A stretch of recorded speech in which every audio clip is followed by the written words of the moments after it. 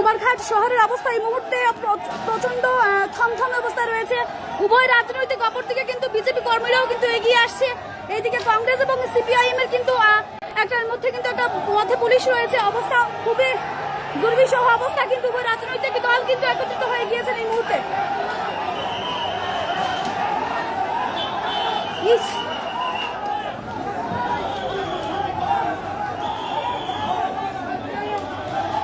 ভাই কিতা মাইল লাগছে রে।